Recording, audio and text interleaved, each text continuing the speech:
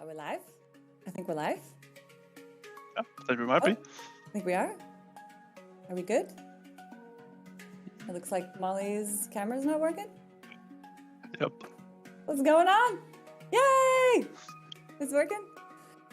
Okay. Hello, guys. Hi. Listen. I was really jealous of the technical difficulties that everyone had, so I engineered my own for me and Birk. So there you go. Hope you don't mind, Birk. I needed to have a little bit of a action for us too. Hey. No worries at all. Hey. So we were just chatting a little bit before. It's my first time meeting you. It's really nice to meet you. Thanks for coming on and helping us celebrate your team and your guys' game, the community. Appreciate you being here. Okay, so I'm just gonna get right into it. I have an icebreaker ready. Chat's being so fun and bumped up. What was your favorite game growing up? Like what was your hook and that got you? That was it. Like, I'm gonna be a game dev or something. I mean, the hook that got me into games wasn't necessarily for game dev specifically, but was Age of Empires 2. Yes. Yeah.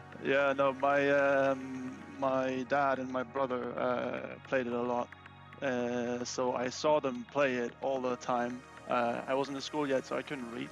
But I was so excited that I would play it anyway, and kind of had just figured out which buttons do what things without knowing what the descriptions were. So I played that a lot. That's awesome. Yeah, this kind of got me in, and then there's a whole bunch of other things that kind of formed more towards why I really like games. I played a ton of the Halo series and BioWare games, Knights of the Old Republic was the first one, and Dragon Age. Right. Are my favorites that really, in the later stages when I was a teenager, where I was going this might be something.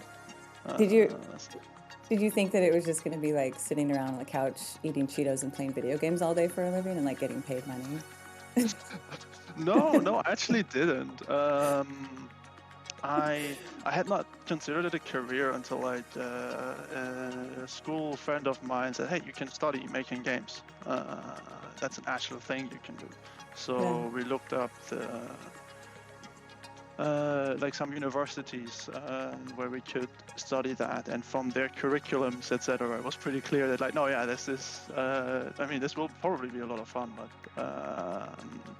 this is work. Yeah, it's actual work.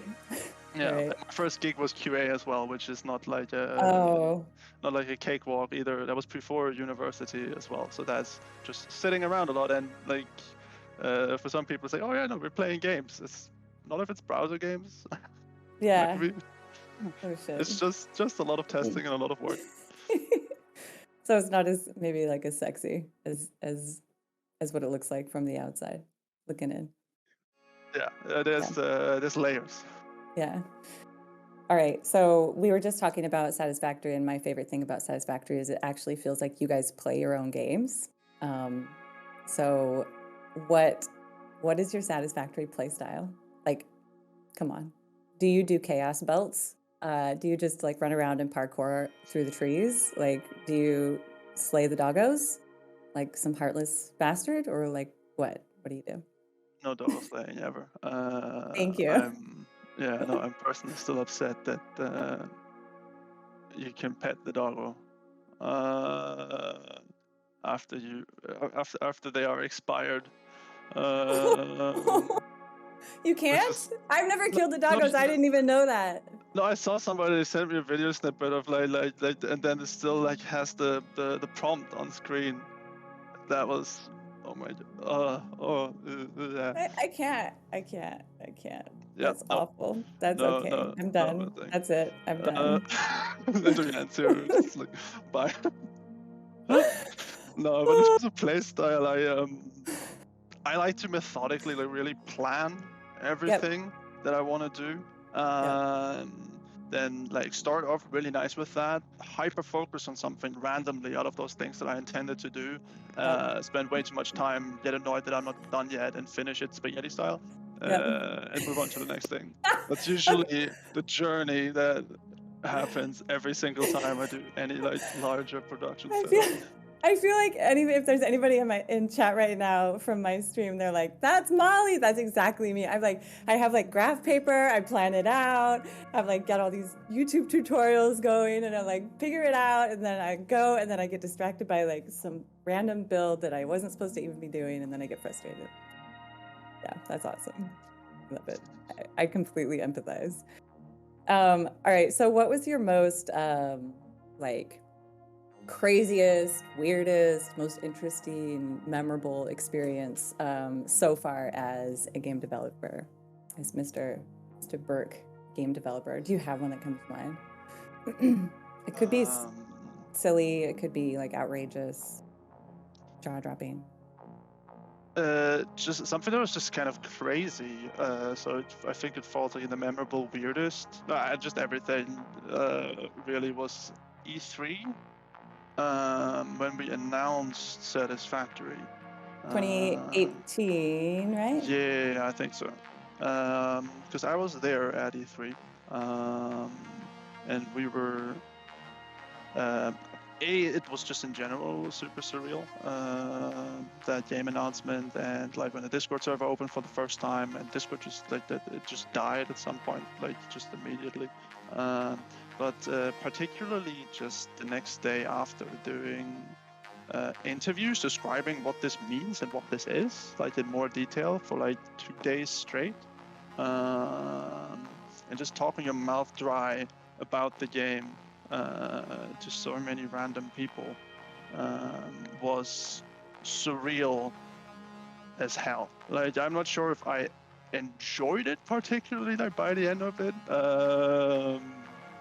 By the end of every day, basically, you're really happy that it was over, but it was still it was still a super cool opportunity. So yeah, it falls definitely into most memorable or / weirdest developer experience. Do you think it felt surreal? In my mind, it would be surreal because I spent so much time creating this product, creating this passion, this baby of art that you're now finally releasing into the world to fly out of the nest for the first time and introduce itself to the world. Like nerves or... Yeah, I mean, a lot of all of that. I hadn't been around for that long at that point. It was probably a year that I'd worked on it. So, but that feeling was definitely there. But by comparison, now, of course, we've created like so much more around it and so much additional work put in. Right. So that year feels like a very short time at this Right. point. Right. So that doesn't come into my head now anymore in that context, but it was definitely something that was relevant then. Yeah.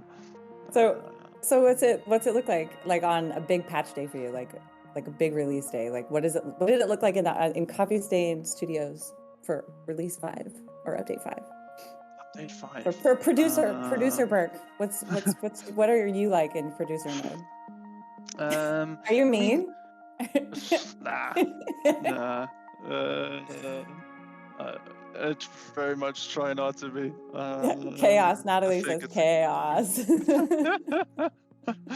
Well, I'm not chaos, but we do have chaos going on. No, I mean, like, there's so little you can actually control when you are at patch day or having like the direct prep for a big release. Right. If you have anything big left, tough luck, because that is there's no way that you have any guarantee that that's going to be solved or going well. So usually, like, you're doing triage like the entire week leading up to it, like maybe sometimes more time of okay, cool, what do we having up right now, which bugs do we still have in the build, what are the core issues, are they fixed in the next build? No, okay, cool.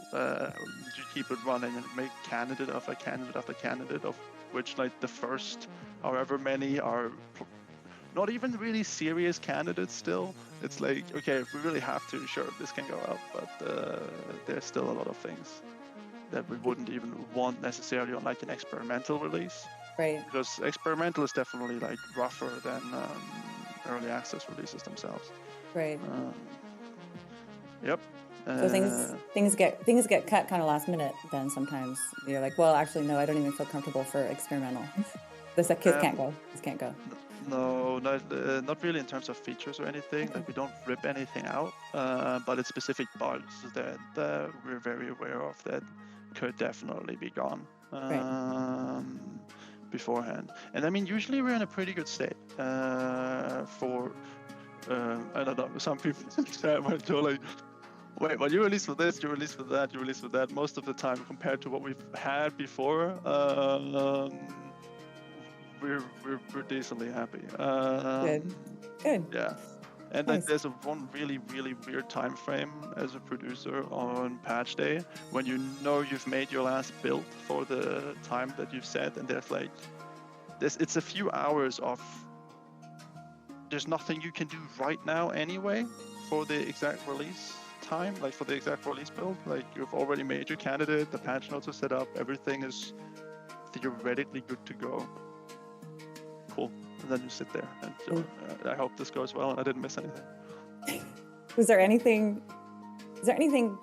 cut from the game that you miss or you wish would have made it? Like any features that were dreamed about in the beginning, early on, maybe, or that kind of got like tossed aside? Like I don't know if this would be a good example to call to mind, but like I know Jace released a video on YouTube recently, like the things that are never coming to Satisfactory, the 6 things that never come in.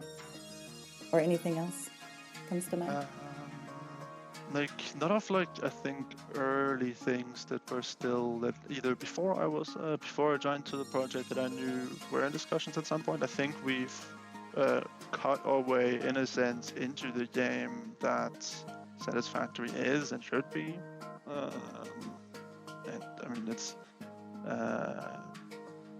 doing well. So there's been correct decisions made there. I think somebody saw somebody write golf. Earlier. Golf. No, yeah. no, I don't. No. I don't care. harsh words like this. Maybe the green energy stuff. Like, I mean, I'm completely behind the things that we're not doing there. But it would just be, I don't know. I just like it. But from a design standpoint, like for the arguments that we made also in that video, make a lot of sense. Yeah. For me, it's more like small things hurt, and they're not even my work. Usually, it's or not usually, always basically other people's work that is just sucks to cut. Like things people specifically are excited about personally. Yeah. It goes back. We were crying before we were on. We were in chat together in Discord, just like talking about the community, and we were both like crying. I was like, "We're not crying. We're more live." Okay. Two final questions, and they're tough hitters. All right, ready? How did you get the daisies to stay in your beard?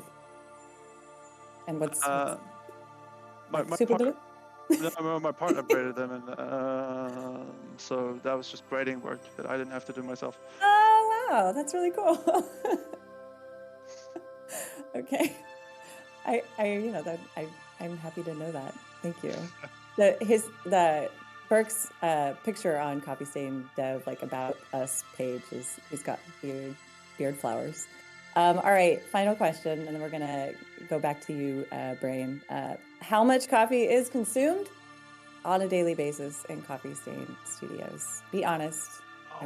We all want to know. We all need to know. I don't know the general statistics on that. Maybe we should check through what like our burn rate on coffee beans is. That would actually be. I've never considered tracking that. That sounds like a good idea now that fluctuates. It seems like a statistic that should be on your website under the About Me page. Yeah. I mean, Natalie's at 5 to 6 cups just for her. Yeah, on a bad day, I'm similar. Lim spills most of it. And then people also drink like half of it and still have it on the table and just like, no, that's cold now. Yeah. I'll get another one. Bits really wanted me to ask if you have a squatty potty. And